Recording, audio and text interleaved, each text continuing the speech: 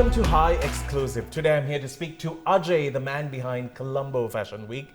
And this year's theme is circularity. It's a very important topic and a topic that's beyond fashion, which is amazing. With the fact that we're thinking about tomorrow, we're thinking about the environment, and we're thinking about sustainability. Thank you for being with me today. Good to see you, Danu. Always a pleasure. Oh, thank you so much. So we are always so happy to be a part of Colombo Fashion Week, and this year is a very special year.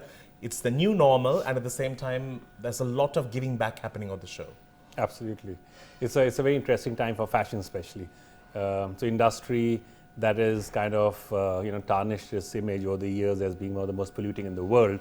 So I felt pandemic was good for fashion because it had to change its ways. It came to a corner where it had to look different. And so it's a very important thing. And we at Colombo Fashion Week always try to pick up what is relevant, what is new, what could really impact the industry in Sri Lanka in a positive way, meaning how it can take lead in South Asia to move forward. So circularity is really important for us, and actually it's very important for the world to have at the moment. So we're very excited. We've done a lot of work behind it to get the industry up to speed. And yes, it goes way beyond fashion. So it's interesting. All right. This whole thing about sustainability is something that you started working on, or as a brand, Colombo Fashion Week started working on, even way before this whole COVID pandemic hit us. What was the thinking behind it, and why did you start? Well, I must say that this started way beyond actually. In 2005 or 6, I kind of was engaged as a consultant of some form with the Sri Lanka apparel industry. And I coined this phrase called garments without guilt way back, before I think Al Gore's Inconvenient Truth came out.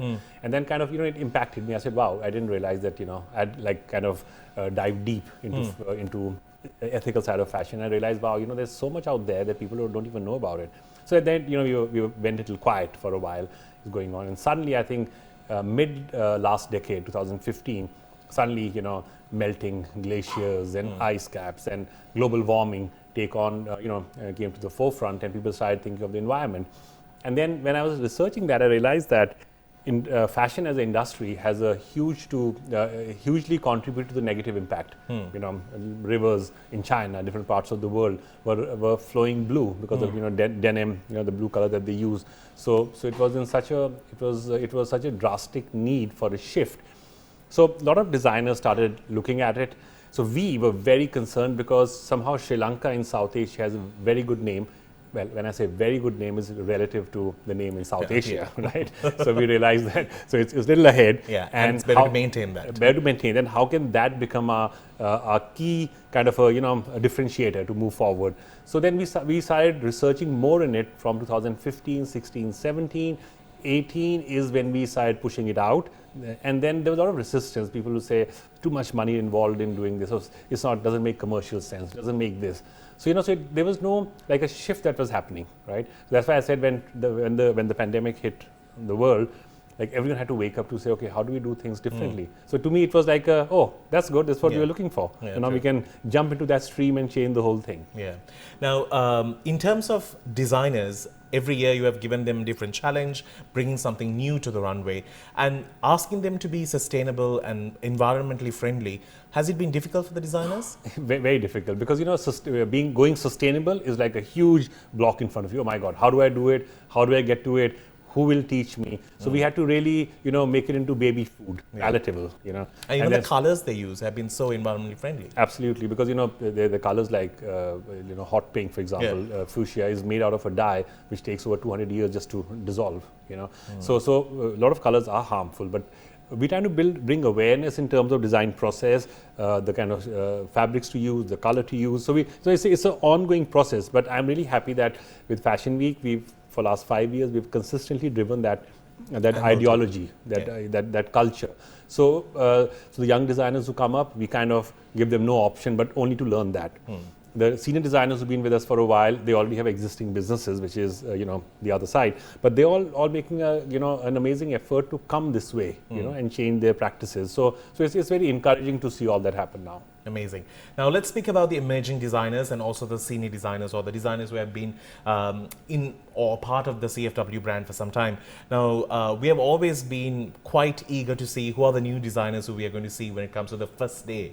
And every year the talent just goes on increasing, and we see such a flow of great talent. But this year has been remarkable in terms of the entries that you got. I was pleasantly surprised because 2020 was such a challenging year. Everything was locked down, so we didn't know how many designers have the resources, the interest. This lockdown was actually an emotional lockdown, right? While it was physical as well. So creativity is such an emotional thing. Yeah. So we're not sure whether people will be able to utilize creativity in a positive way or a negative way. So in 19, I was surprised that there was a trend of more young designers coming. 2020, we hit a amazing kind of a peak. It moved up to we had I think 100 entries and we had 15 showing, right? And all those 15 were amazing. So I couldn't understand how suddenly they've gone to the next level. I know that we spend a lot of time. We spend 6-7 months with designers, so it's a huge process from our side. This year we had over 120 entries, and out of 120 entries, we I think have 12 to 15 that we have picked up. And this time we went to different streams, we started involving more the crafts. Okay, if you're a batik designer, if you're a birelu designer, if you do any other forms of weaving, come get your weaving crafts and we will teach you fashion. So it'll be a good amalgamation of creativity and fashion, because those kind of crafts are what give Sri Lankan identity in design. And that's what makes us stand out globally. Absolutely, absolutely. And our whole thing is that how do we create my whole objective for years now is how do we create a design identity in fashion which is Sri Lankan, which is not Indian, which is not Bangladeshi, which is not South Asian, right? Sorry, which is not like other parts of South, but which is intrinsically Sri Lankan, right? And how do we create a design identity while using what we have here, right? And I look back at the journey. Charuni in 2003 was a backstage intern, right? 2009 she showed at the Fashion Week for the first time.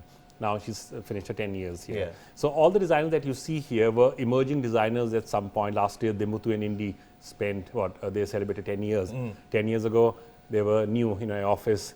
Not many people knew them other than their friends and their family. Yeah. But then suddenly from there to here. So, Colombo Fashion Week always been a platform where, we always look at the longevity of the whole chain and how do we get new designers up, how do we get them up to speed, train them, spend time with them. We spent good 6-7 months with each of them. And also together. Giving them a public presence, which is very important. Absolutely. And something I actually told Ajay when we met at office to speak is the fact that this brand has created personalities in our country for us to speak to about what their dreams, their ambitions there, and they have become inspiration to so many others there. Now, this year's show, even last year was a very different format. This year is going to be different, especially over the fact that we cannot cluster a lot of people inside, so we have to think different. How is CFW thinking? Well, we have to think different. For us, it's been like we've gone through the air attacks, we've gone through so many things, so we always have to think different. So it's part of our job now. Yeah. So, and we have to lead it every year differently. So last year was very challenging because we were the first fashion week that went out, and we were not digital, so we were hybrid. So we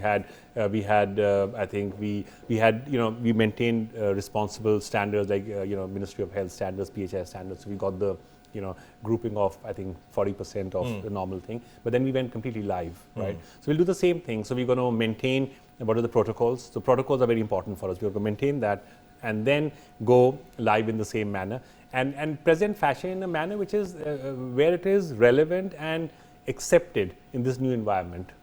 That's amazing. Now, fashion does not stand alone as fashion when it comes to Ajay. There's art involved, there is food involved, there's so much involved in making this fashion week a week that we'll remember every year. So this year, I know food is a part of fashion. Yeah. So tell me about this fashion food concept that you came up with, and how is it going this year? Well, if food, fashion, all the creative industries are complement each other. So yes, when things are open, we have far more liberty and flexibility to do it. But this time we're going with very few things. Like we're doing interesting things with food here. We're doing our choreography now involves few other creative aspects to it. So we're trying to take it on stage.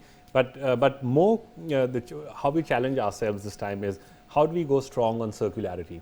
How do we go strong on responsible fashion? How do we take the lead in South Asia and be seen as a nation that was the first one to step into circularity, into sustainability, responsibility, and how do we make that into a luxury?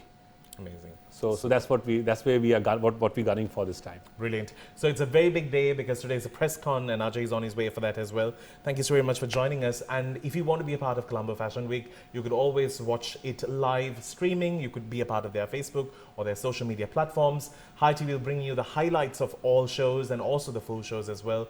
Thank you for joining us on an exclusive interview with Ajay. We'll see you soon with something. Stay tuned.